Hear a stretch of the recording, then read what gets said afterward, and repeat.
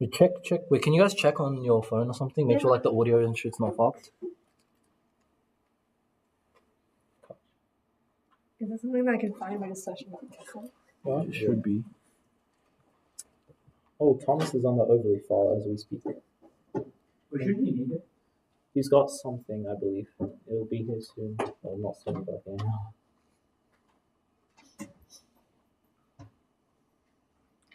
There's 3 people watching. Time to drop the link to all my friends.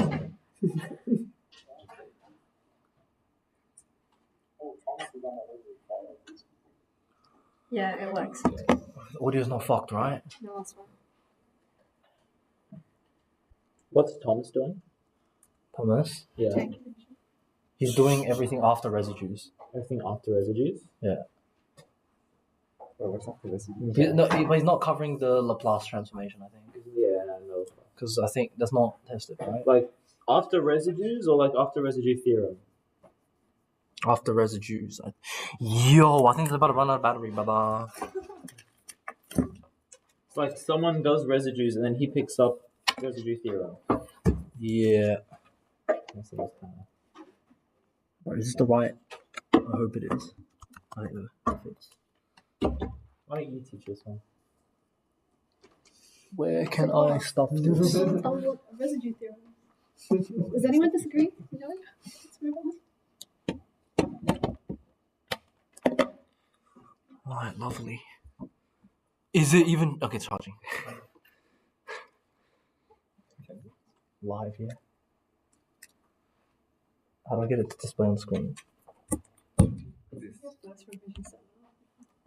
I just never presented on his laptop. I've only presented on mine before.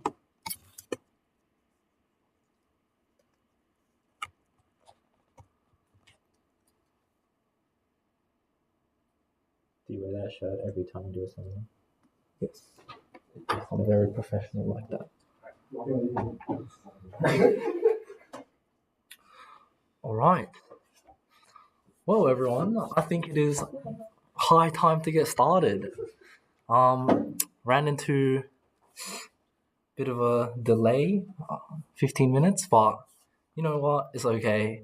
First of all, before we get started, for the people that are here and the people who are joining online and the people who are watching this video at home at a later date maybe, first of all, I would just like to talk about the peer mentoring program that we are going to be running for 2026. So here's a QR code for you guys to fill in if you are interested in being a peer mentor for MathSoc in 2026. So it's going to be your chance to be a friendly face for the incoming students next year. What we're going to do, weekly activities, bonding, support, and there's going to be prizes at the end. So look forward to that as well. That's all I really have to say for 2026 peer mentoring. Just please sign up, everyone. I think it'll be a very good experience for you guys, and you'll get to bond with the incoming students. Okay, now to officially get started, let me just make sure the pen works. Lovely.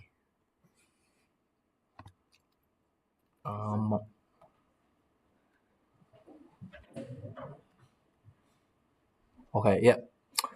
Now, to officially get started, we are presenting the second part of the MATH2521 and 2621 seminar, complex analysis. Yes. All right. Okay, so the next part we're going to start with is series, right? In general, there are like 2 types of series that we're going to explore. First one is the power series, and the second one is the Lorentz series. First of all, to help us get a better understanding of what these types of series are, we'll just quickly go through some definitions, right? So complex power series is an expression of this form. I think it's pretty self-explanatory. Power series is just written as a series of powers, increasing powers. As you'll see, you go from n is equal to 0, so of degree 0 all the way to infinity. In this case, you'll see that they say z, z0, and z are complex. Very interesting. I think it just means z and z0 are complex. the largest r larger than 0 such that the power series converges in a ball centered at z0 with radius r is called the radius of convergence. And there's actually a test for that, which we will see later. And the series converges only at z0. Oh, by the way, z0 is what we will call is usually known as the center. And then when if it only converges at z0, we say that the radius is equal to 0. And then if it converges everywhere, we will say that the radius of convergence is infinite. Okay, next thing, the power series can be integrated and differentiated term by term inside its radius of convergence. So whenever we are working inside the radius of convergence, we can integrate it and differentiate it as many times as we want. Okay, so next comes the theorem that I was talking about, right?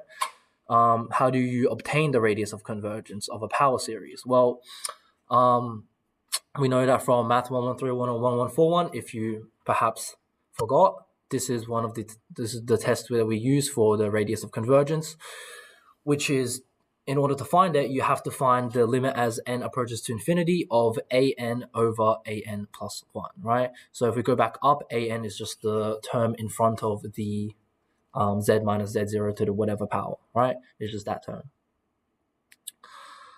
Okay, now we'll start taking a look at some questions from the final exam, right? So this is from 2016 final exam, question 2V, right? For all z for which the sum converges, you want to find the center and the radius of convergence of the power series, right? So obviously in this case, like, center is a very easy thing to just read off, right? You just see it's -3 in this case. Radius of convergence, we have to apply the formula, right? So if you think about applying the formula, I have to write right here. You want the limit as n. Writing on tablet is quite hard, I can't lie. Approaches to infinity of the absolute value of n over n plus 1. This is so disgusting. Yeah, and obviously I think it's very obvious to us what this limit will be, right? It's just going to be 1, right? Even the absolute bracket is probably useless here, but you do have to include it. Why is it useless here? N and n plus 1 are going to be positive anyways, right? For part B, you want to find an expression for h as an elementary function, right? Let's have a think about this. Let's try to... I really hate using this, but I will write it out anyways.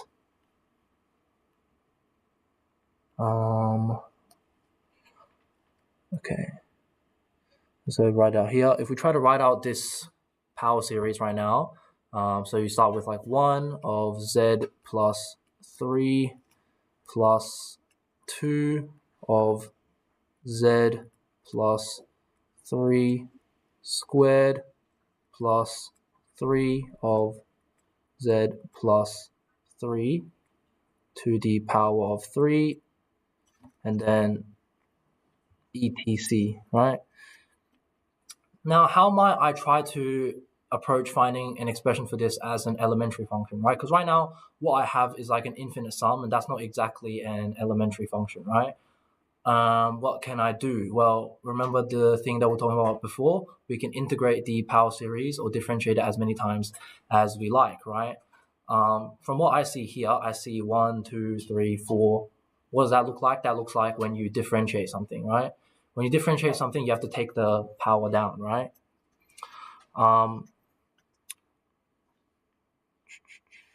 So in this case, what does that look like?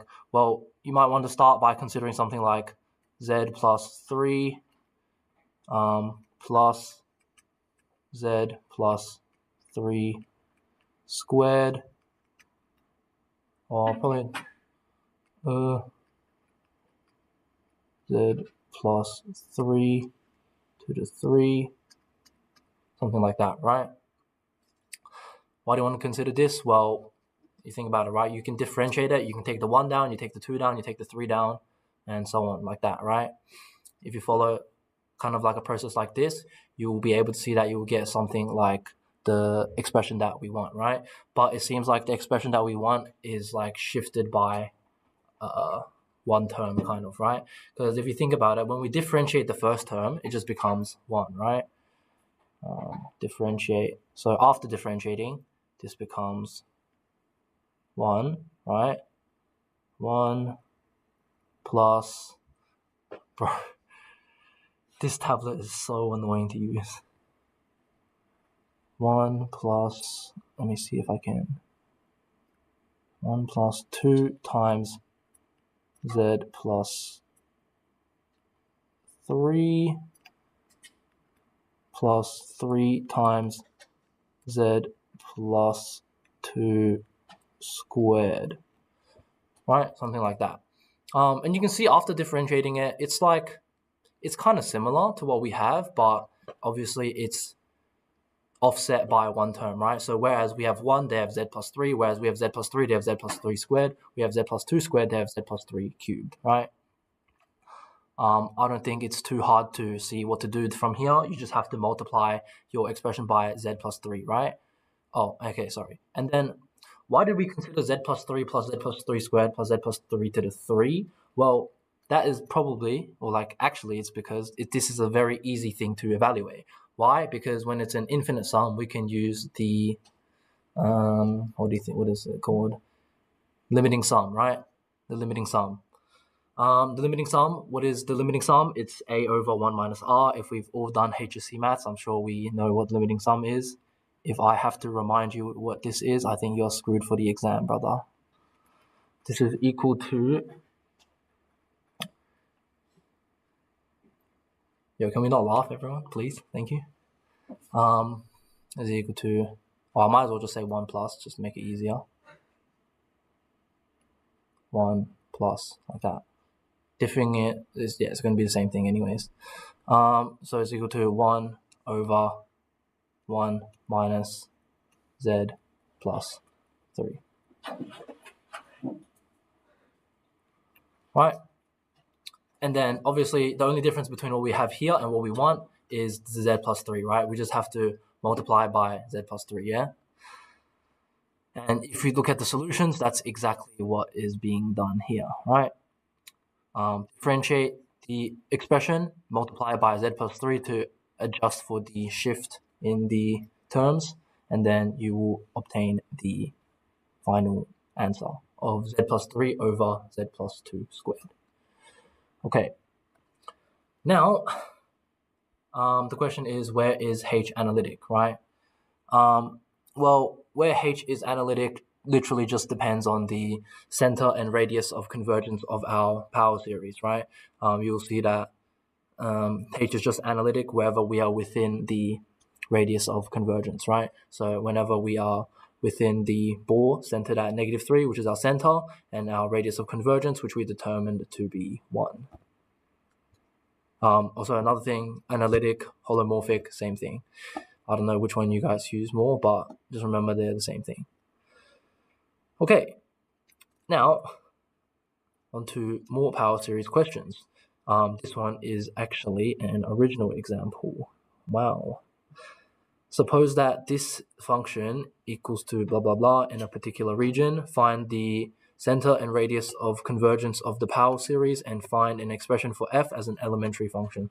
So, like, honestly, if you look at the question before and you look at this question again, more or less it's the same thing, just with a slightly different function, right? First of all, it will probably help us to get it into like the more standard form. What is the more standard form? Well, remembering what we showed you at the beginning, right? How does a power series usually look like? Well, it looks like some like infinite sum from like n equals to 0 typically. It can start at 1, can start at anything else, but it will go until infinity of an, right? So this is like some coefficient times by z minus z0, and all of this to the power of n, right? You want it in this form, right? But you can see here the coefficient here of z is like inside the bracket is 2, right? So what we might want to do, we might want to like take it out, right? Or like, not might, we probably do want to take it out actually. And the other thing is this thing starts at n is equal to 1, but that's fine. Doesn't have to start at n equals 0. Then it becomes this thing, n is equal to 1, all the way to infinity of 2 to the n over n plus 1 times by z minus 5 over 2 to the power of n, right? So that's what our term will look like now, yeah? So once again, just reading it off quite simply, you can already see that the center is going to be 5 over 2, right? I don't think that's something that's too crazy. Another thing is then, right, how do we find the radius of convergence? Once again, just follow similar steps to before. You take the limit, right, as n approaches to infinity of the absolute value of, so you want an over an minus 1, right? So an would be 2 to the n over n plus 1 all over to a to the an plus 1, right? So 2 to the n plus 1 over n plus 2, right? Might want to simplify what this looks like, right? So I'm just saying what this looks like. This is going to be equal to the value of 2 to the n all over 2 to the n plus 1 times by n plus 2 over n plus 1, right? Remembering from just first year maths, I guess, like when you take the limit of a product, right, you can take the limit of them separately, yeah? So we might want to look at the limit of n plus 2 over n plus 1, which very, I guess, intuitively, you would think just approaches 1. And matter of fact, it does. 2 to the n over 2 to the n plus 1 is just going to be equal to half. So we're going to say that this limit here should just be equal to half. And that gives you your radius of convergence there, right? Let's take a look. Yeah, and that's exactly what we have in the answer here. Next thing, you want to find an expression for f as an elementary function, right? So it's kind of like the same process as before, right? You have to think about, so I said before that you kind of have to think about whether you want to differentiate or integrate it, right? Because both of them are like very valid options, right? But in this case, you might start thinking to yourself, do I want to differentiate it or do I want to integrate it, right? So the answer is, well, like, if you think about the thing before, right? What I did was I considered something and then I differentiated it, right? But realistically, what actually like you can also think of it as happening is I looked at this term and realized that like you can kind of like, it's like I took something, I differentiated it, and I got this, right? Which is kind of the same as like if I took the term that I had before and I integrated it to the thing that I considered, right? I just thought that it was easier to consider it this way.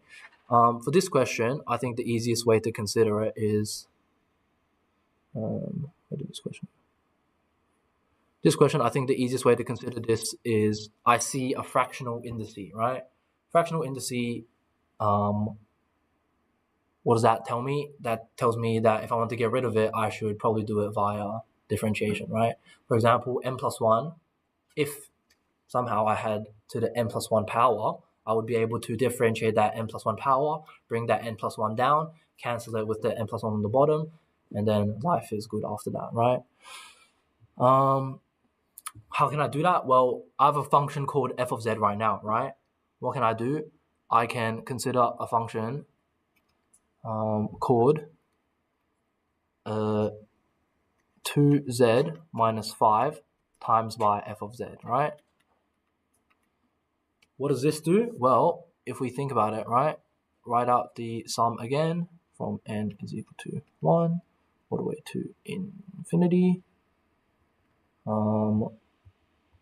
will have 2 to the n plus 1 be 2 to the n plus 1 all over plus 1 times z minus 5 over 2 to the n plus 1. Right? Now we have something like this, right? Now, as I was going on before, why is this useful to us, right? This is useful to us because now when I differentiate it, it's a lot easier for me to work with, right? After I differentiate it, you're just going to get like a regular like geometric sequence, right? And if you have a regular geometric sequence, it's very easy to see what that adds up to, right? I won't go through all the working out for that, but we can take a look here, right? Basically, it's just saying what I did before. So the derivative of z minus, okay, they multiplied it by z minus 5 over 2 times f of z, but you can multiply by 2z minus 5 as well. It's the same thing. Just make sure you adjust for that power, like the 2 that you multiply, right? So what does this look like in practice? You're saying that the derivative, right, of 2z minus 5 of f of z, right, is equal to, there's a bad equal sign, equal to the derivative of your thing here, right?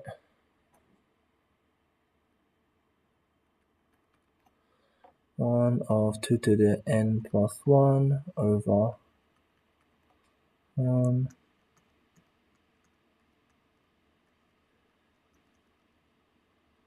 So they just have that 2n there.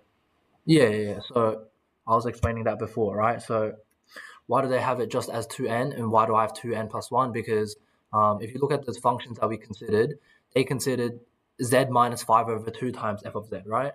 Yeah. I considered the 2z minus 5 times f of z. Oh, okay, I see. Yeah. So that's probably where the confusion comes from. So like, obviously I'm not doing it exactly according to the solutions, but both methods are fine. It's just that you can see that there will be a multiple of 2 that is that differs by a multiple of 2. That's the reason why it will differ by a multiple of 2. I think it's probably better not to times it by 2z minus 5, actually. Just times it by z minus 5 over 2 is probably better, but I thought that this was more intuitive for me. Okay, and then if you look at this derivative, what is that equal to? Well, I guess you can use like, what is this even called? Probably just differentiate using product rule. Let me see. Then we convert it to standard form to find that this is equal to, here's a geometric series. Yeah, okay, so sorry, we'll look at this one first. Right? The derivative of this thing, you take the n plus 1 power down, then what are you going to get? You're going to get the sum to infinity, n is equal to 1, 2 to the n plus 1. The n plus 1 power comes down, cancels with the thing on the bottom. Then you get z minus 5 over 2 to the power of n, right? I guess you can move a 2 out of here for now. So it'll be 2 times 2 to the n times z minus 5 over 2 to the n from n is equal to 1 all the way to infinity, right? And then, yeah, as you can see, that would just be your average geometric series, which is not too hard to evaluate as long as we remember what the how to do with the limiting sum, right?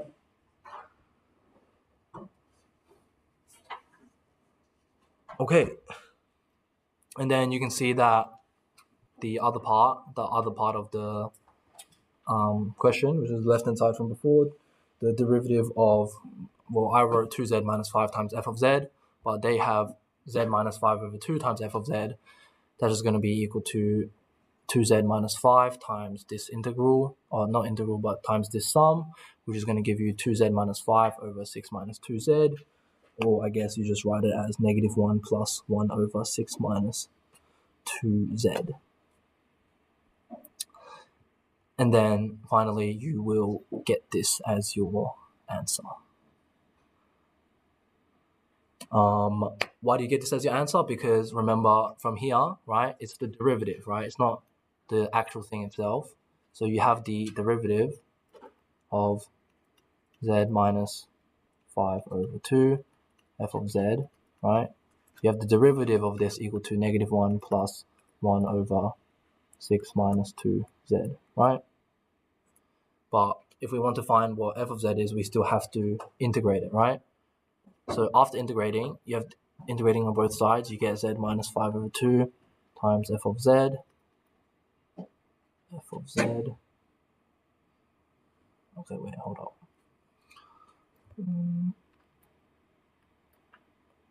I just don't know how to delete it, but don't worry about that. Z minus 5 over 2 times f of z is equal to negative z plus, probably not plus actually, it's going to be minus. Minus because of the negative 2z on the bottom.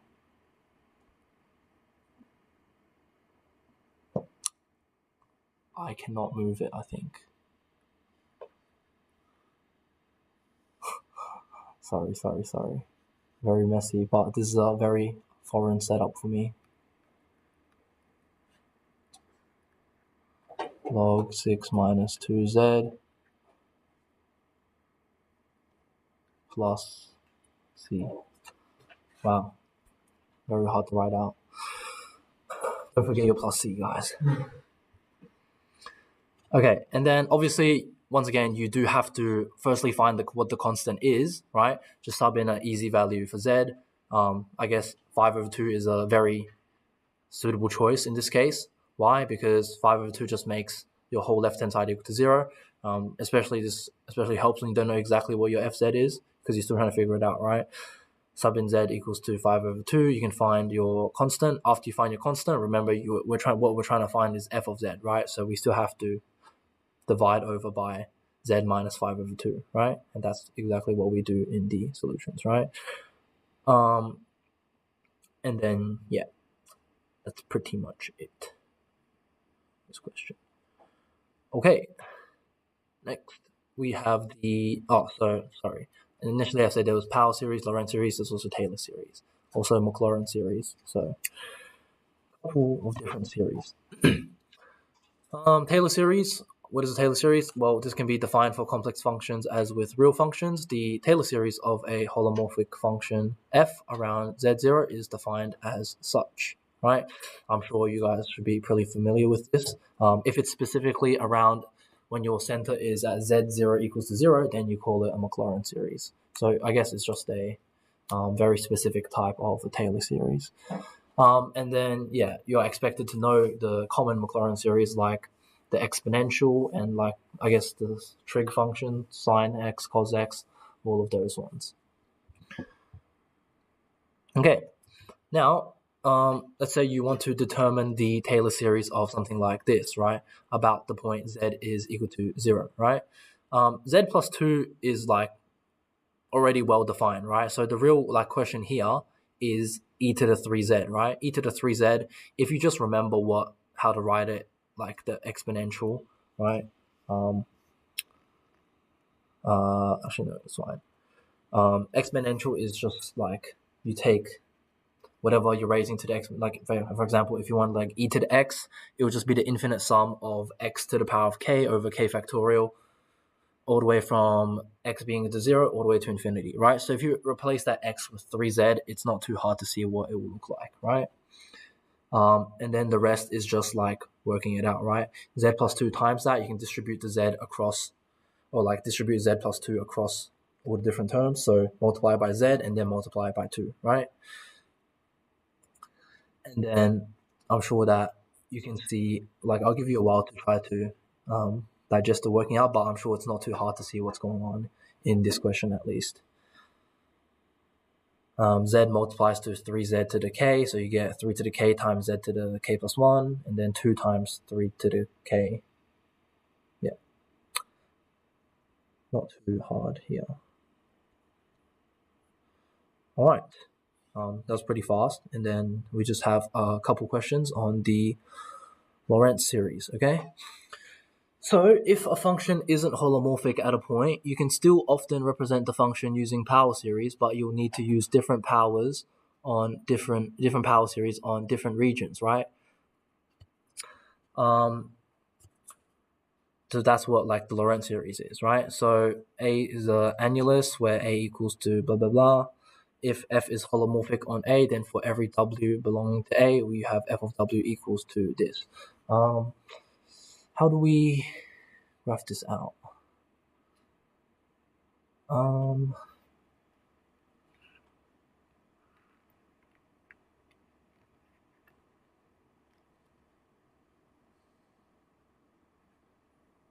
So this is like a circle R1.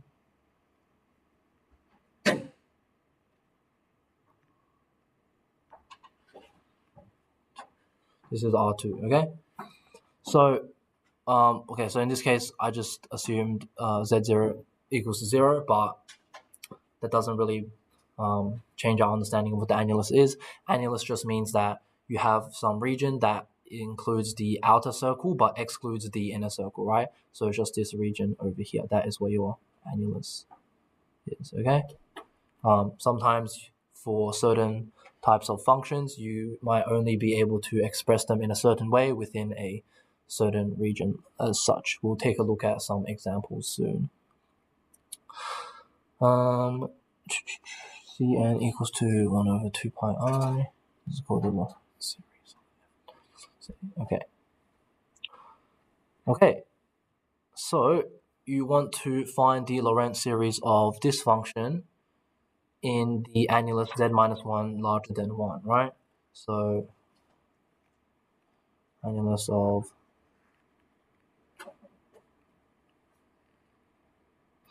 z minus 1 larger than 1, z minus 1 centered here. So if you want to draw the circle out first, this is roughly what the circle looks like, and you just want to find how do you express this function when we're inside this whole region outside of the circle, right? As you all know, like a sensible first step might be to expand it into partial fractions, right? And the partial fraction has been done here. I don't really want to use my time going through how to do partial fractions. Once again, HSC topic, right? Hope you guys have learned that well. Once you express it into partial fractions, right, you kind of have to remember you're dealing with the section where z minus 1 is, or the absolute value of that is going to be larger than 1, right? So how do I explain this? If you try to find a type of series for this, for example, so now I can go all the way here. Okay, easy, wonderful. For example, let's just look at 1 over I don't know, z minus 1, for example, right? Actually, it's not a bad example. 1 over 1 minus z, right? Well, it doesn't change much, but we know that this kind of function, right? What does it kind of remind you of? If you think about the limiting sum, a over 1 minus r, you can kind of see where it comes from, right? For example, if I wanted to find the sum of this thing, right? Oh yeah, but this thing, it goes on forever, right? 1 plus z squared all the way to infinity. You plug into a over 1 minus r, you get 1 over 1 minus z, right? But there is one particular thing about the limiting sum we should always be aware of, which is that the limiting sum only exists when the r that you times it by every time, the modulus of that has to strictly be below 1, right? Otherwise, you won't have a limiting sum, right? You can think about it like your term is just going to get larger and larger every time, right? So you're obviously not going to have a limiting sum, right? But whereas if your r, your rate, is always less than 1, the modulus of it actually in particular is less than 1, then you will have a limiting sum, okay? So similar idea kind of applies here, right? When we look at the partial fractions, right, we want to rewrite them in a way such that you can express that r in terms of something that is divisible by, or not divisible, but such that the modulus is less than 1, right? We can take a look. For example, the first one there, right? 1 over 1 over 2 times 1 over z, right? You can see the answer writes this as 1 over 2 times 1 over z minus 1 times by 1 over 1 plus 1 over z minus 1, right? And it's like, it kind of looks confusing, like why would you try to manipulate it like this? But the thing is always to look at the region which you're working with, right? So the region which we're working with is z minus 1, modulus of that larger than 1, right? Anytime, whatever region you're working with, try to write your series in terms of like that region, right? So for example, this time we're working with z minus 1, try to rewrite everything in terms of z minus 1, right? For example, z, you can write that as z minus 1 plus 1, right? Z minus 2, you would be able to write that as z minus 1 minus 1, right? And why is that the case? Well, because the restriction is what we use to determine how to like properly, I guess, write out the series, right? So this operation here looks a bit weird, but let's break it down, right? So first of all, 1 over 2, 1 over z is, as I said, you want to write it in terms of z minus 1, right? 1 over 2 times 1 over, or let's say 1 plus z minus 1, right? But this is still problematic. If the modulus of z minus 1 was less than 1, this would be fine, right? Because you would have your like, it would be like your a over 1 minus r, and your r would be less than, the modulus of it would be less than 1, and therefore you could write it properly out as a power series, right? Or like as a series. But in this case, it is not possible because we know that z minus 1 has modulus larger than 1, right? So what do? You can take out a z minus 1, right? This is actually very interesting, right? Once you take out that z minus 1, you get 1 over 2 times z minus 1, right? Then, if you look at what you're left with inside there, you'll be left with 1 plus 1 over z minus 1, right? Now, since you have 1 over z minus 1, what does that mean? 1 over z minus 1 has modulus less than 1, right? Has modulus less than 1, we can express that in terms of a power series very nicely, right? That's kind of like the point, right?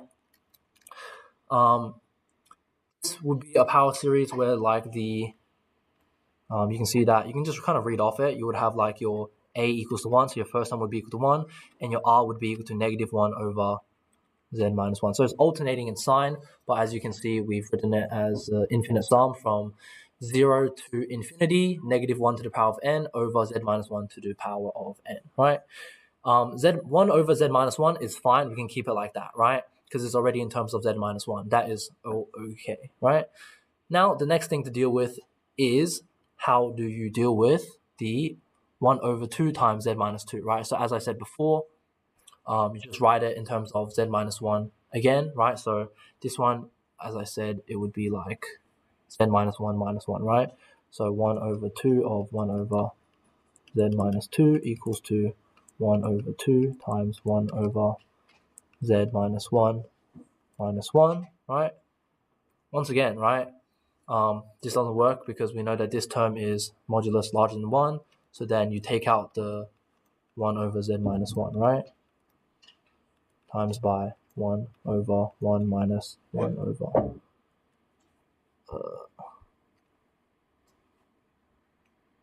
1 over z minus 1.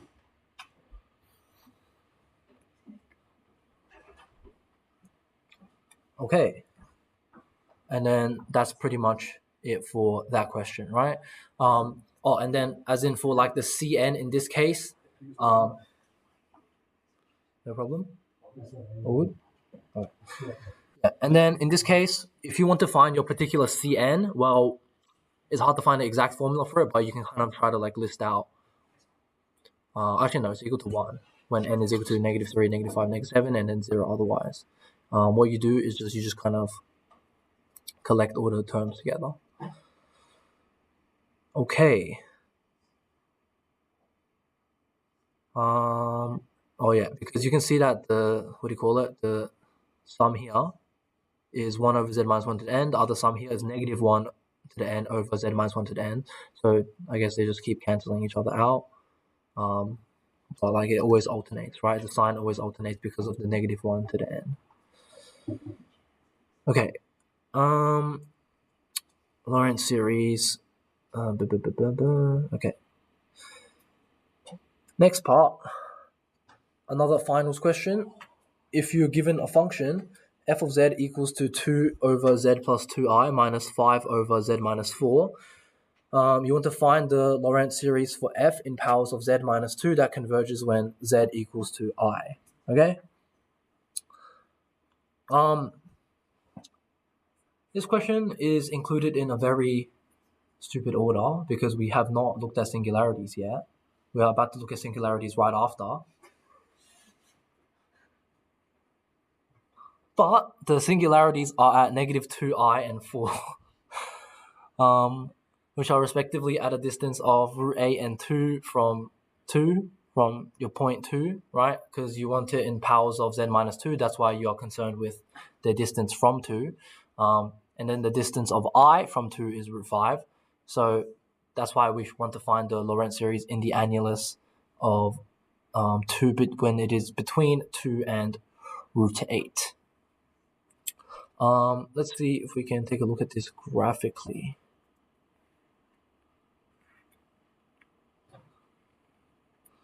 So you have you want it to be centered at 2. Your singularities are at negative 2i, so somewhere here. Negative 2i and 4.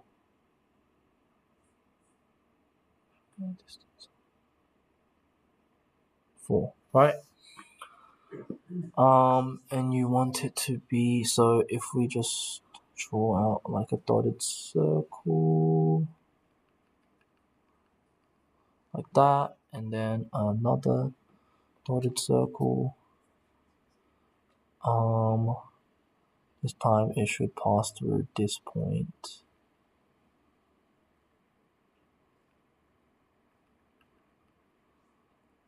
Wait, hold up. No, it should be centered at z minus 2. Should be centered, sorry, hold up. Z minus 2, root 8. Root 8 is like a bit larger than that. It should be like that, sorry.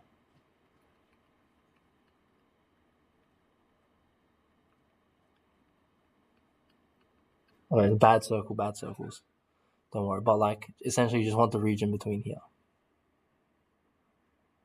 This is the region we're concerned with. Okay, and then as in similar fashion to the question before, what we're trying to do now, we're just trying to express it in terms of z minus 2, right? So z plus 2i, you try to get a z minus 2 out, right? So what do? You minus 2 plus 2, right? It's not that hard. Z minus 4, how do you write that? Z minus 2 minus 2, right? Always try to get in terms of z minus 2. And then we do the kind of same trick as we do before, right? You take out z minus 2 from the bottom, and the other one you take out 2 plus 2i, and then you can write it out properly as the, what do you call it?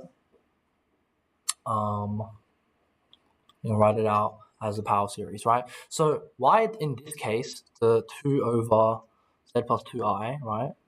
Why in this case do we not take out the, what do you call it, z minus 2 out? Because you see that we take out the z minus 2 out from there, but we don't take out z minus 2 out from here. 2 over z plus 2i equal to 2 over 2z minus 2 plus 2 plus 2i, right? And the reason is, once you take out the 2 over 2 plus 2i, right, times 1 over 1 plus z minus 2 over 2 plus 2i, right? Once you get it in this form of like 1 plus something, right, you can just like think to yourself, oh, is the modulus of z minus 2 over 2 plus 2i, is that less than 1? And the answer is yes, I believe, right? If z minus 2 is between the region of 2 and root 8, which we stated from before, when we divide it by 2 plus 2i, if you look at the modulus of this thing, so the modulus of z minus 2 over 2 plus 2i, right? This should be between, because 2 plus 2i has a modulus of root 8, right? I believe, yeah. This would be between 1 and, 2 over root 8. And since it's already less than 1, right, we can just keep it as it is, right? There's no point in messing with it any further. As a matter of fact, if we do mess with it by taking out a 1 over z minus 2, it is probably going to be larger than 1. Okay, and then next part, so negative 5 over z minus 4, right? What happens here? This is equal to 5 over z minus 2, right? If you just try to take out the 2 from here, right, what ends up happening is, like, let's say we try to approach the same way. So this is, negative 5 over 2 times by 1 over, what would this be? Z minus 2 over 2 minus 1, right? To make it a bit clearer, I guess, you can say that this is equal to 5 over 2 times 1 over 1 minus z minus 2 over 2, right? Z minus 2 over 2, what's the problem with that? The modulus of that is larger than 1, right?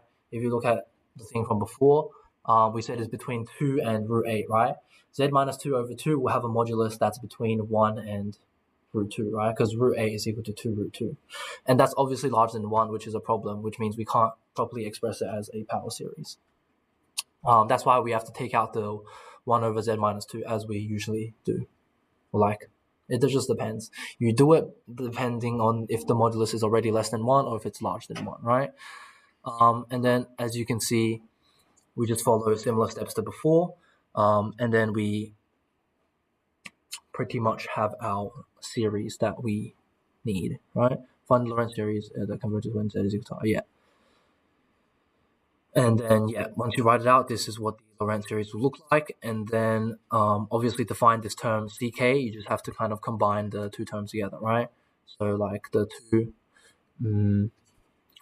is like a bit of work, but I'm sure you can see how to combine it together, right? Like, when k is equal to 0, you add those two terms together. K is equal to 1, look at it, add those two terms together.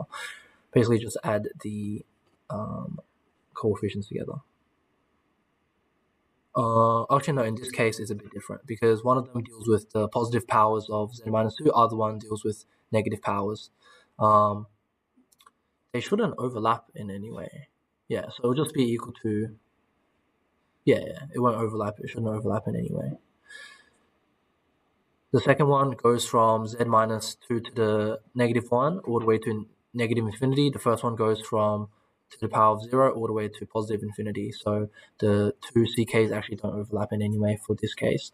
But I have seen questions in final exams where the ck does overlap in some cases. And then in those cases, you might have to like add the terms individually up together. Or if there's like a lot of terms, there might be like some formula that you can find out just by like adding the coefficients together. All right, now we're up to singularities.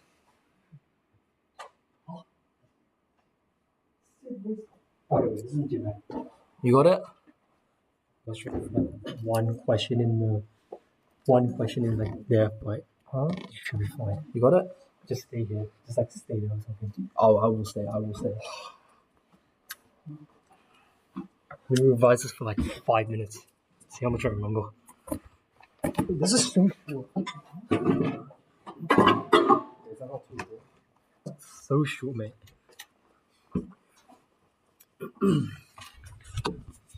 Wait, this is 260.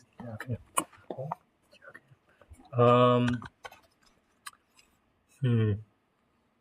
Yeah, okay. So, as you kind of like just saw from... Wait, do I need to open the microphone? Okay, I'm just going to sack it. Okay, so, kind of just saw from the previous one, like, kind of like there were like singularities, basically just like the zeros, essentially. So, here, I guess, we have 3 types of singularities, how we can classify them. So, we got the removable singularity.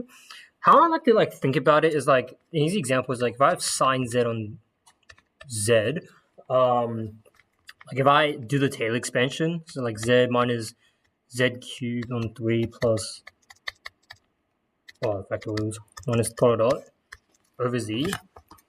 Like this is like simplified to something like 1 minus z squared 2 factorial minus 3 factorial plus 5 factorial plus dot dot. Like the point is like we say in this one there's a removable singularity as z equals 0. Because like if you just sub it in, you get 0 and 0. So like obviously it's kind of like a not undefined. It's like the indeterminate form. But it's like if we express it as the Taylor series expansion, and we like sub it into and we sub it into this like kind of like form. So limit as z approaches 0 here. We'll see that this thing goes to 1. So it's kind of like if we sub in like the number here, like this basically will like kind of work out essentially. The next kind of 0 or like next singularity is like a pole. So essentially this one is another example is like if I have z minus pi to the 3. This one has a pole of order 3 because it's kind of like similar to when you're talking about like polynomial roots. Like I don't know, like z minus 2 squared, I guess. Like there's like a 0 of order 2 essentially. It's the same thing, except like instead of like saying of a 0, it's kind of like saying like the pole. And like what's the power? It's basically just like you kind of just like look at the power of like whatever like factor you're dealing with essentially. Finally, you have an essential singularity. So why is this? Okay. So like limit z approaches 0, e to the minus 1 on z, I think. Like I think in this kind of case, this won't be like an essential singularity. Like from what I remember, it's essentially just like saying the singularity, like it doesn't like go nicely or something.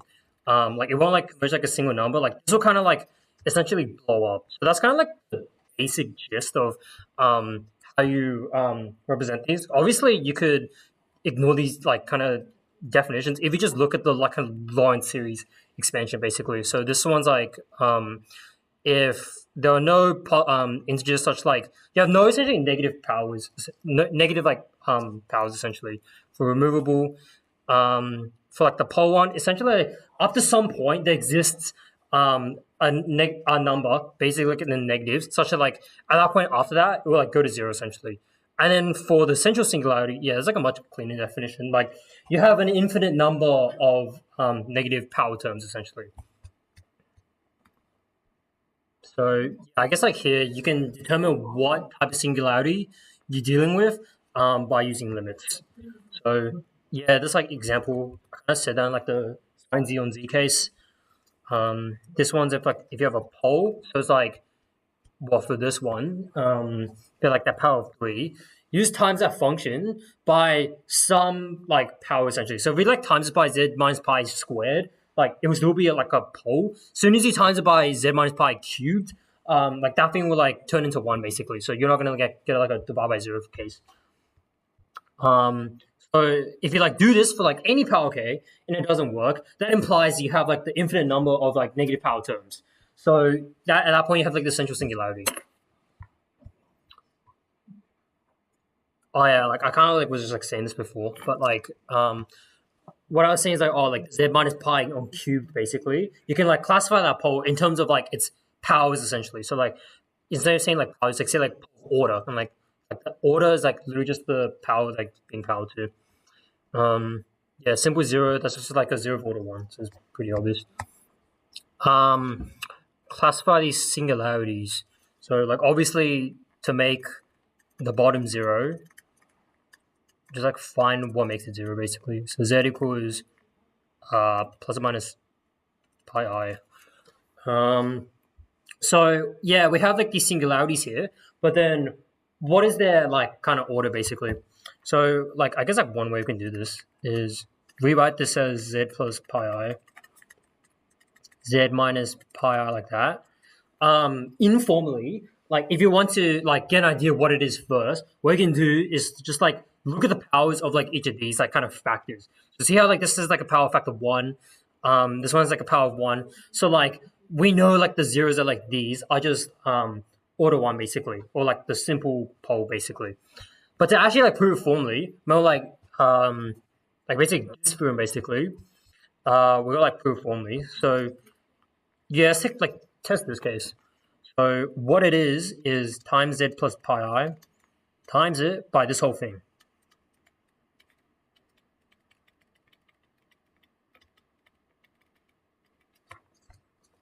So obviously we know like these will cancel. So we have z ez, z minus pi I. Sorry, I forgot to say the limit thing. Z minus pi I. Wait, why is it? Oh, okay, this is the other one. Okay, I just did this one first. Okay, so minus pi I, e minus pi I, minus 2 pi I. Okay, I hope that's right. So pi's cancel, the next also gone. E to minus pi is 1, or minus 1. So a half times by minus 1 is minus half. Yeah, for minus half. Okay, so let me do the other one quickly. So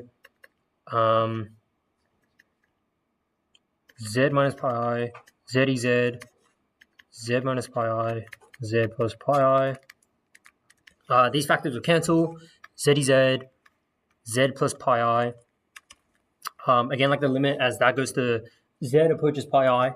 So we have like pi I times by e to pi I, 2 pi I. Once again, pi I is gone. So half e pi I. We know that's minus half. Yeah, okay. Yeah, okay, so it's, yeah. In both of them, it's minus half. Okay, so next, about residues. Once again, like suppose like the normal like kind of stuff is like holomorphic or that stuff. The residue, one way to define it is the residue at like a specific point is simply the coefficient of like the minus 1 term. So remember like, okay, I'm just gonna make up a random example. Plus 1 on z plus 1 plus z squared plus So it means like infinite. So like c minus 1, that's just the coefficient of the power with the minus 1 term. So essentially what this is saying is the residue of, let's say f is this. The residue at like, say 2 is like, actually wait. At like 1, for example, of like my f. It's just going to be my coefficient of f when I sub in 1 into this basically. So the coefficient of 1 on z obviously is 1. So that is like essentially one way to define the residue. The other like scary way to define it is like this like crazy kind of like factorial thing. I don't know if did we do the Cauchy? Okay, no we didn't. Okay, never mind.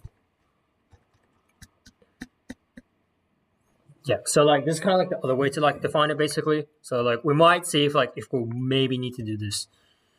So what previous example? I don't remember that. Who cares?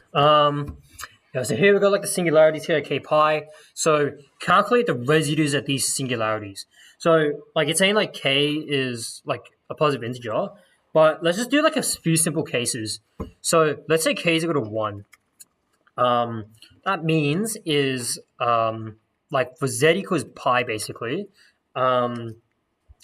is it it's a removable singularity. I guess how do I sense this?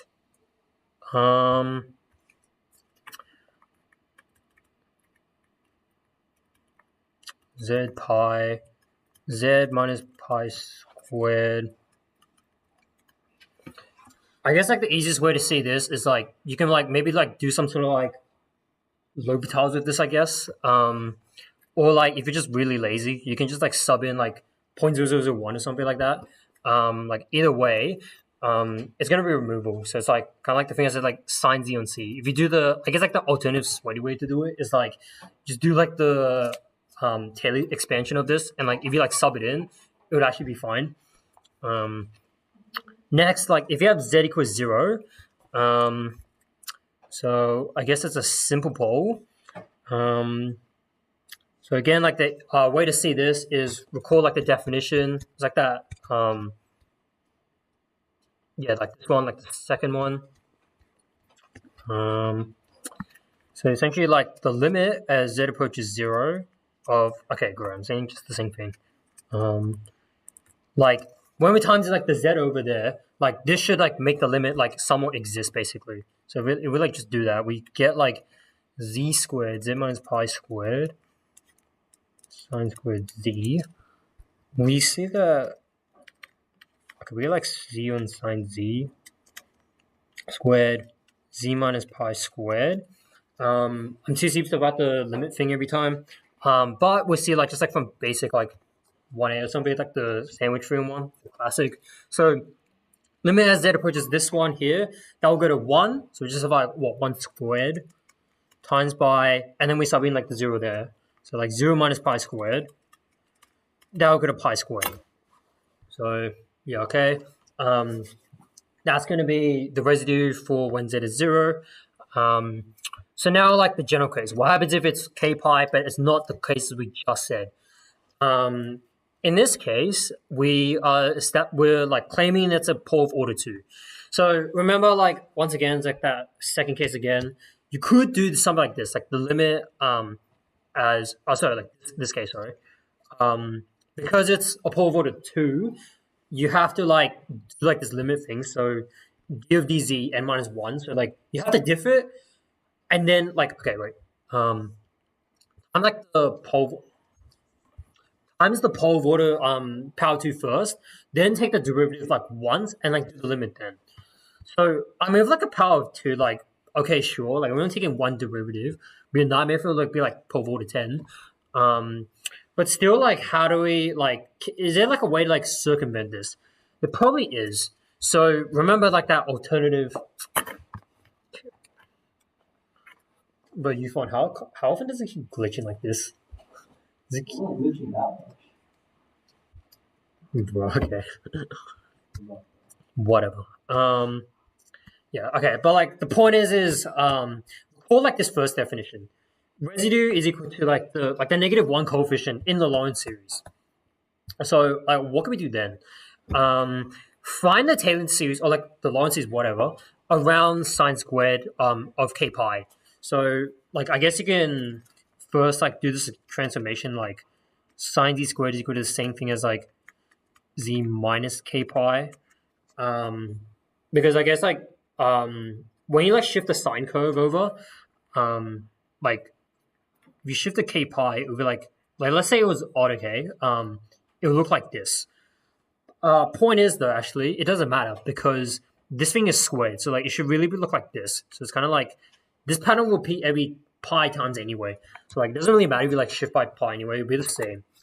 Anyway, like once you got that, then yeah, just tailor around. I'm just gonna rule on this for this question. Do like the Taylor series expansion for just around like sine, although just get the square out of there first. So like this part here is just the sine z minus k pi, and then square the whole thing. Okay, so like this is when like the math gets like really cursed. Do the reciprocal of this entire thing.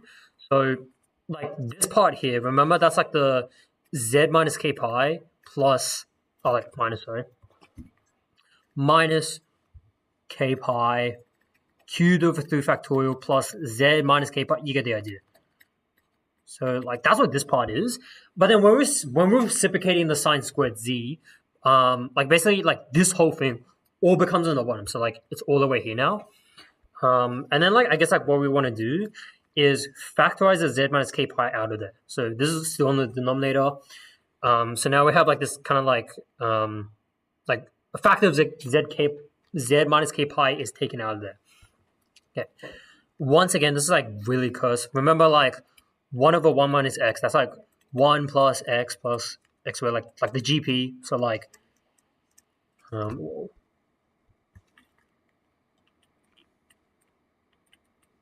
yeah, okay, something like this.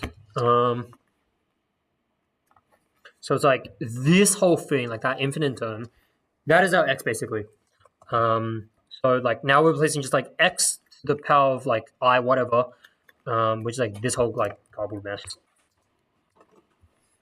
Okay, so now we need to like find okay, wait. Oh, okay. What we have here, like this is like the 1 minus sine squared z basically. But remember like we want to like reconstruct like this whole part. Okay. And we're doing this in powers of simply like k pi basically. And remember, like the whole goal is just to find the coefficient of this, basically. So,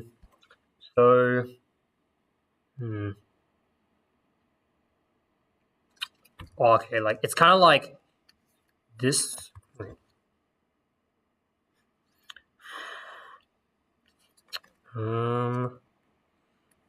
Yeah, I guess like the easiest way to see this is like just expand the right side, and then you'll see like this will go into like the left side. Essentially, you're trying to like I mean it's already said there.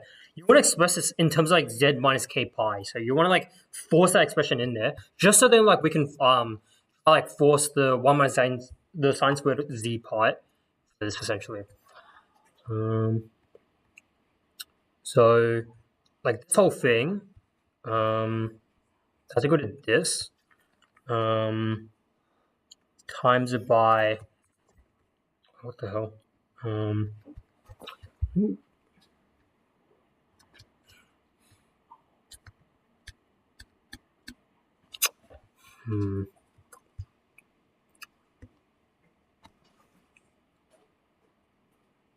Wait, why is there a times? Okay, I'm assuming like you just I'm assuming here you're just timesing this by like because that is like the 1 minus sine squared z part basically. But like essentially, if you're gonna expand this out, you want to force the coefficients of like those what do you call it, z minus k pi to power of -1. That's like the whole point.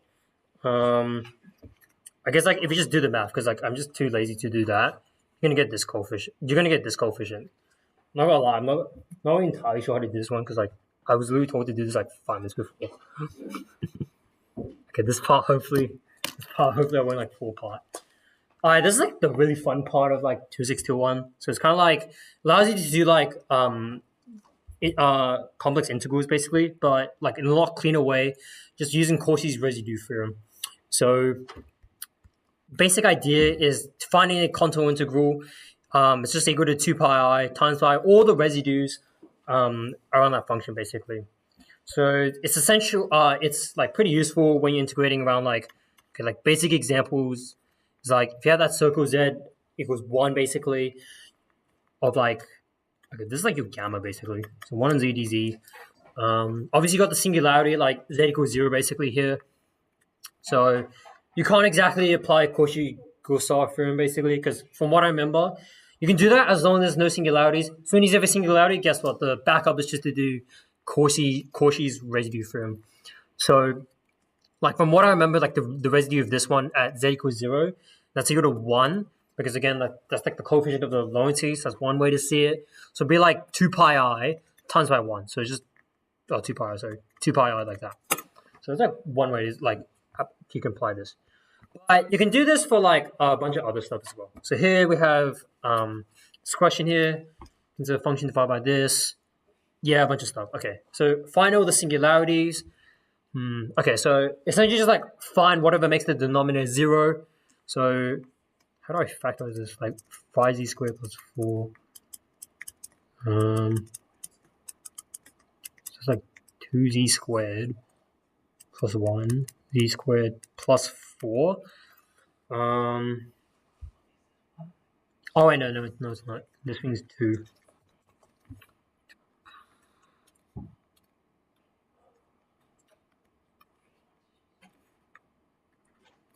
It's not how much.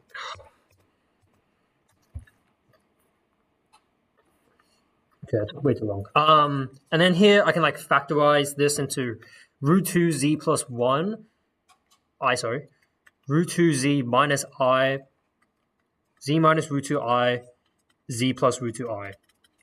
Okay, so we got this like this expansion. Technically, like that's meant to be all be on the denominator. So like z over that entire mess basically.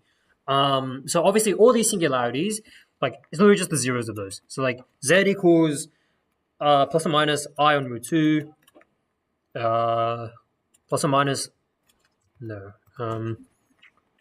2I. Yeah, so those are the singularities. Obviously they're just like poles of like simple poles. So simple poles at all of these. Because again, they just have like a power of 1. If you think about like the kind of like factor power basically. Well, Yeah, easy. Okay. Next, find the residues. So that lie inside the unit circle. So obviously, like when saying the unit circle, just care about the magnitudes that's like less than 1. So we don't really care about this one because that's like all the way here. Same for like the bottom. But the one on root 2s, that's like what inside here basically. So those are the ones we actually care about.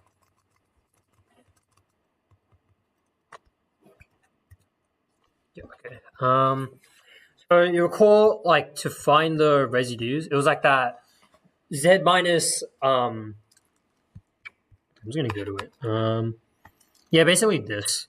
Obviously this is a simple pole, so n is 1, so no diffing stuff here. Okay, so it's like the limit as z approaches. Okay, we do like I on root 2. So z minus I root 2.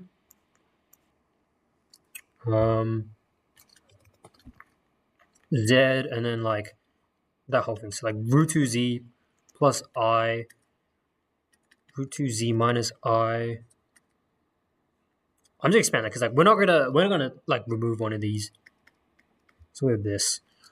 Oh yeah, no, I definitely remember like one of the points, like one of like the common mistakes in 2621 was that when you're timesing like the factor whatever it is, make sure it's in the form of z minus a. Because I remember a lot of times like where like practice papers or whatever, the common mistake was like, oh, if you have like 2z minus 1, I just times by 2z minus 1. But then like remember like, oh, it should be like z minus half. So make sure this thing is monic. That's like one thing I definitely remember.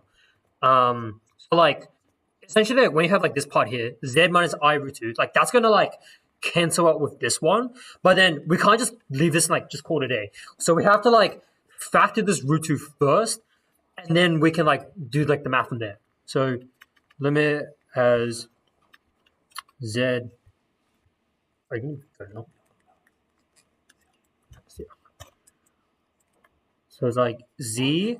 We're gonna cancel this, but like factor this root 2 first. So it's like root 2z plus I, then the z squared plus 2 essentially. Okay, at this point, then just like where's my okay, I don't know where my phone is. What calculators do you guys use? Do you use like the FX100? Like yeah, okay, then whatever. The point is like at this point just sub it in because there's going to be like no like we're not going to get like a divide by 0 case basically. So that's the case. I divide. Okay, let's do like answer root 2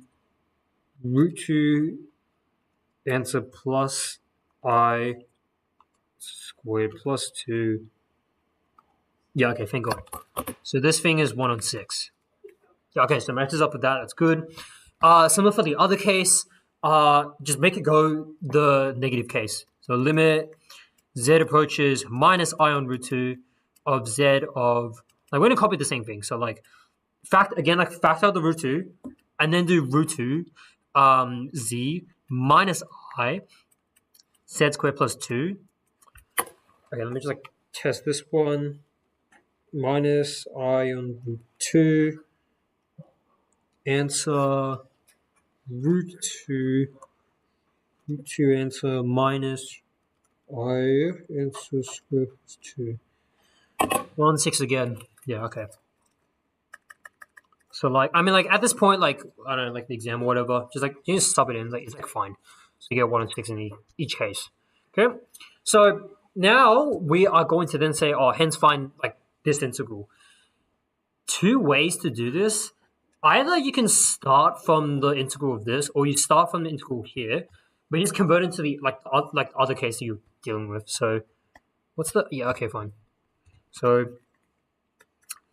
consider the like the integral, like the contour integral specifically of the like the f of z that we have, z to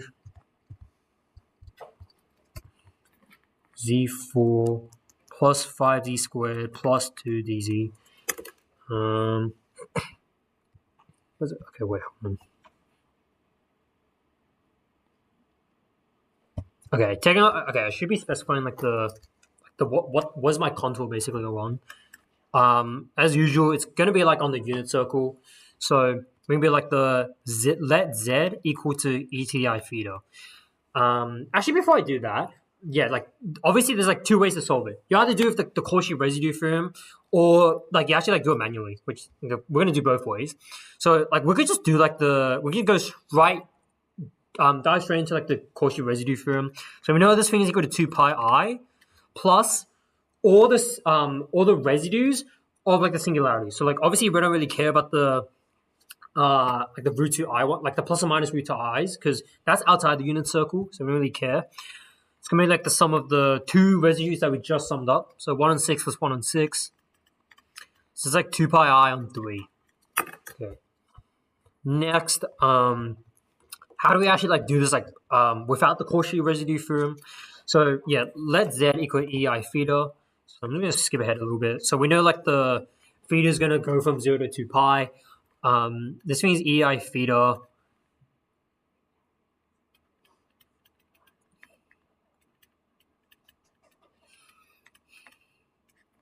Okay, so like the DZ is like IEI theta.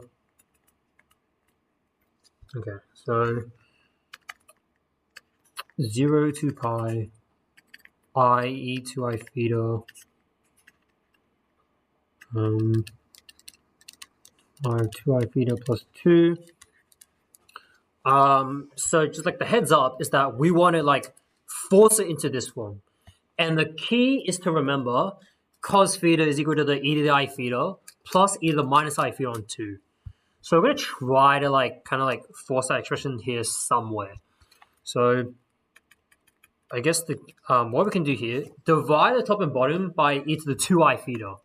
So then this becomes 2I theta plus 5 plus 2 e to minus 2I theta. So this.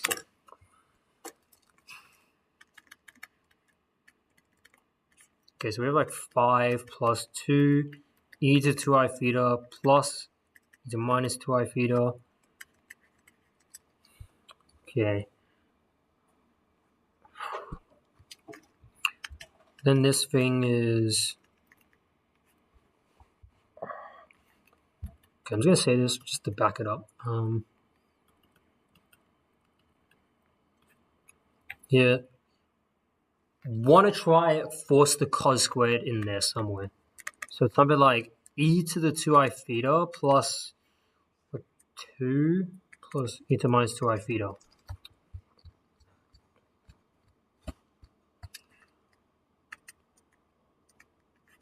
So it's like 4. So we almost have it. So like this thing here, but we need like just force this expression here.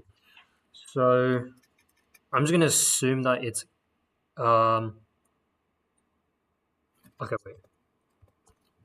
First what I can do is like just force the 4 in there somewhere. So like e to 2I theta plus e to minus 2I theta on 4. Because like the 8 on 4, like that will still result in like the factor of 2. Okay, then I want to force the like the 2 in there somehow. So 2 pi 5 plus 8 e to 2I theta. So like now's like the time we force it in.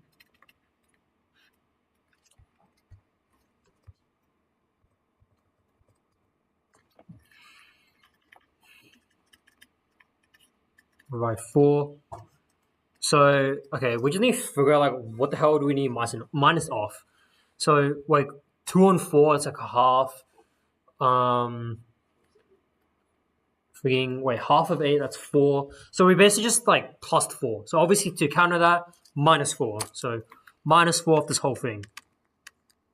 So we have 2 pi, and now it's like the magic. 5 minus 4, that's 1. As we said, this thing, as I kind of deal to the side, that's just cos squared theta. Okay, I'm just going to rearrange this. Like I 0 2 pi, 8 cos squared theta plus 1 d theta. Okay, sure, but this is just the same question as what we have. Like the, sorry, what do you call it? Okay, like this one, like the hence find like that, right? We just solve this in two ways. Well, like we didn't really solve this way. We're kind of just re-expressing that. But we know this thing from the Cauchy residue theorem. That thing is 2 pi I on 3. So obviously, we're like the magic here, get rid of the i's. So 0 to pi d theta a cos squared theta plus 1. So that thing is equal to 2 pi on 3. So that's kind of like just like the magic of using Cauchy residue theorem to like solve this. I think like if you actually like try to like solve this with like the normal integration, you actually like run problems with like the bounds or something like this. Like if you try to find the antiderivative of this, you're gonna get like 0 minus 0, which like obviously is wrong. So I guess like that's a fix. Like you can still like do this with like the normal integration technically, but yeah, like obviously like if an exam like you don't know how to do this, like yeah, it's like a backup, like you could solve it, but like you won't get the marks, I guess. Okay, next, crap, I don't really have space. Okay, use complex analysis to show this. Okay, so like write this minus pi cos was it 2 theta, I believe. Yeah. Okay.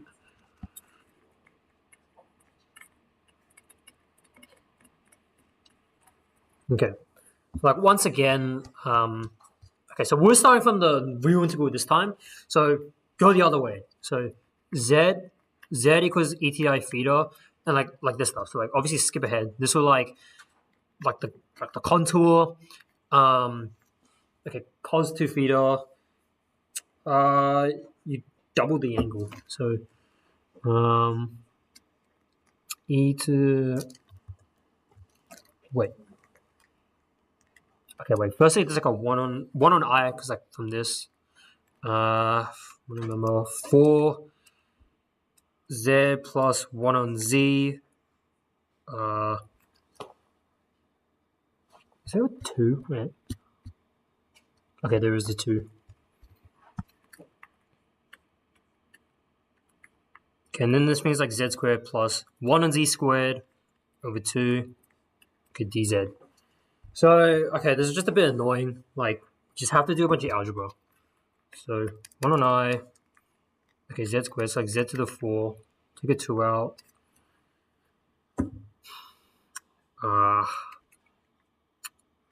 5z squared plus...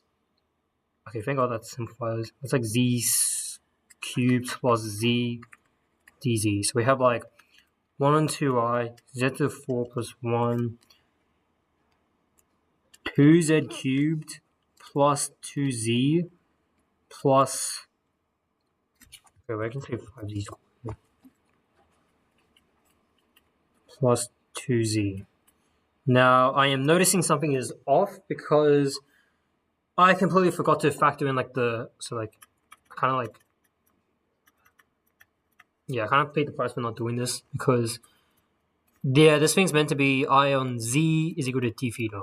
So along with the 1 on r, which I factored in, I forgot to factor this in. It's like the 1 on z. So like technically I should have like the z part here.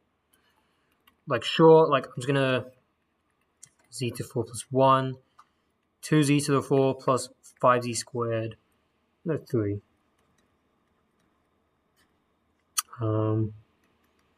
Z. Okay, I'm really wasting space, but let me do that one more time. I can just factorize the z squared.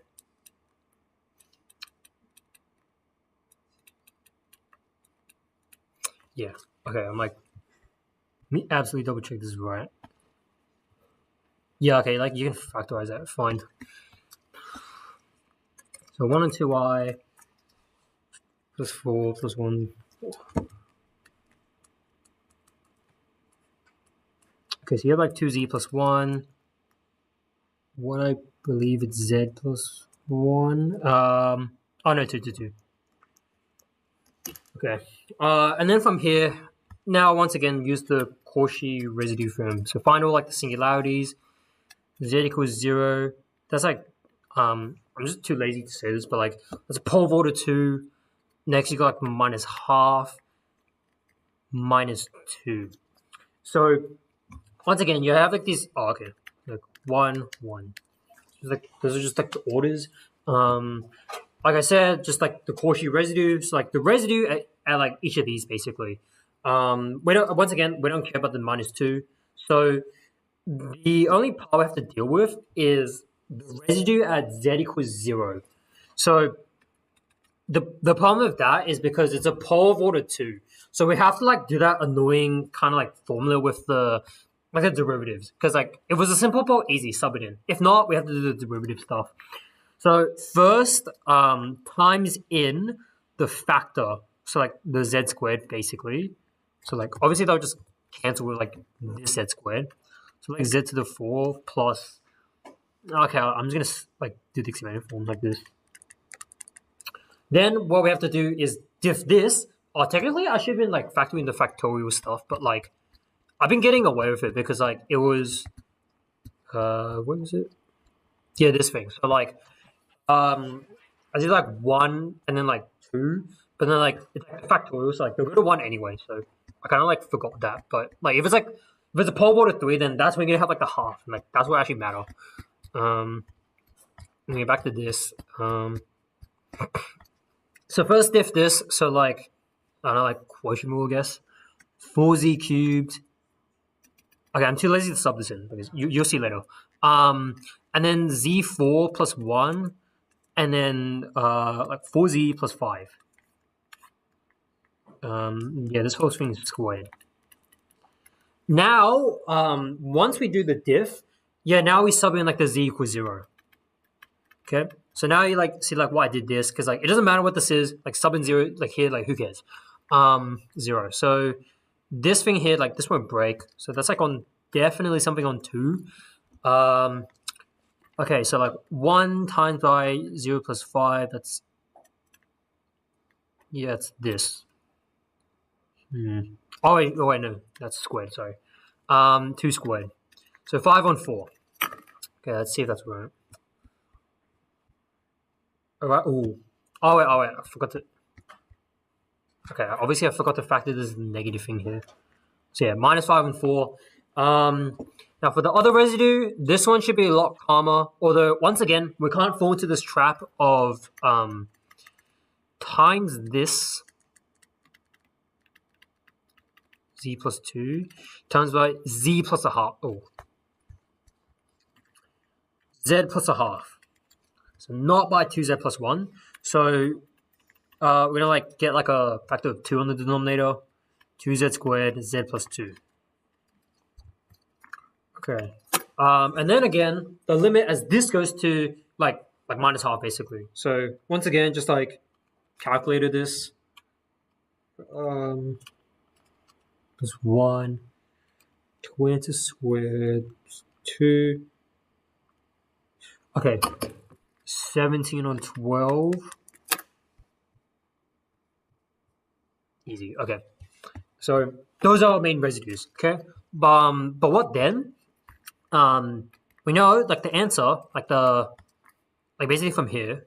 So it's like 2 pi I over, okay, sure, like 2i, plus all the residues. So 17 on 12 minus, was it 5 on 4? Okay, obviously the, oh, okay, sure. Pi and like that thing. So 17 on 12, 1 and 6. So yeah, just pi and 6. Okay, good. All right, so like that's it. The integration done. Okay, like the Fourier and yeah, so like from what I'm told, you guys don't need to do like Laplace basically, because I didn't do it last year anyway. So like I'm not going to cover Fourier, like that's it. All right, so like a Fourier transform, like given this integral, at least like the absolute value of it, like it converges and it's like finite. You define the Fourier transform as like this like weird thing basically. So it's like times it by like the e to like the minus x and like this I believe it's xi. And like so basically like the Fourier transform is like it's basically in terms of xi basically. So you just basically like follow this definition. So that's to calculate the normal transform. But then here to calculate like the inverse, like what you do is you integrate the same thing, or like you're integrating like whatever this result is from minus infinity to infinity, except this time you times it by like instead of like the negative index, you times it by like a positive index. Although we like kind of weird, like just divide by like 2 pi. Oh, it shows up a lot, I guess. Okay, so find the Fourier transform of this. So f of x is e to the minus 4. Yeah, okay. Okay, so call like this. Is that how you draw it? Yeah, okay. No, cause yeah, not gonna lie, cause I swear like in the freaking last tutorial or something, like freaking Alex was just roasting me for like how like I was drawing this badly, cause he couldn't understand. I was like, what the hell is this? So yeah, like fair enough. Okay, so f of x, and then e to like the minus ix xi. Yeah, you'll get what it means. No, annoying thing is the actual function itself. Like you typically can't really integrate that. So like the whatever. Solution here is to like split up the bounds basically. So like it kind of like matches up. So like minus infinity to not okay. So 0 to that to the minus that plus 0 infinity e to minus 4x e to minus whatever. Okay, so like we can get rid of like the absolute value basically. So I believe, well, like this thing will like negative that. So the negative would just go away. So like 4x e to the minus ix xi dx. This one though, like x is still positive, so like just remove the absolute value, but you still have the negative there.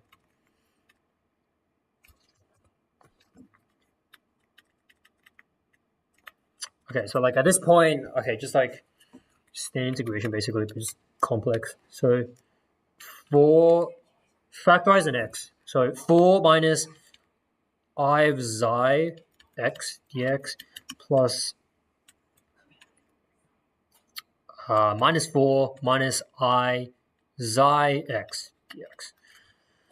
Okay, so then here e to minus 4x 4 minus xi 0 minus infinity plus 0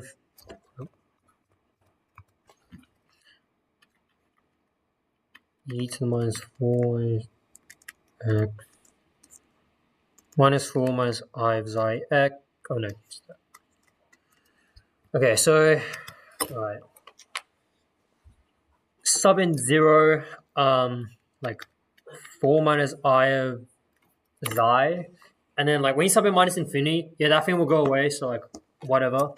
Plus, like if you sub infinity here, that thing will because like technically if you hear about it, like it's like minus of 4 plus I of xi x. So like I don't know, like this part's like kind of like positive, I guess. It's a bit like long to say that, but if it's like the x here is like infinity, and like the minus of that, yeah, like the exponential of a minus exponential, basically, yeah, I'm convinced this will go to 0. So okay, 0 minus, and if you just sub in 0, like okay, whatever, like minus 4 minus I of xi. So like 1 of 4 minus I of xi plus 1 of 4 plus I of xi. Okay, so like what? Just like combine it, I guess. So 1 plus y xi plus 4 minus I of xi, 16 plus xi squared. And this, I think, is equal to this. Okay, is that the case? Where the hell? Oh, yeah, okay. Yeah, and like that's it basically. Yeah, okay, so like we're just gonna screw off with this Laplace transform. Like no one's gonna do it. Yeah, okay.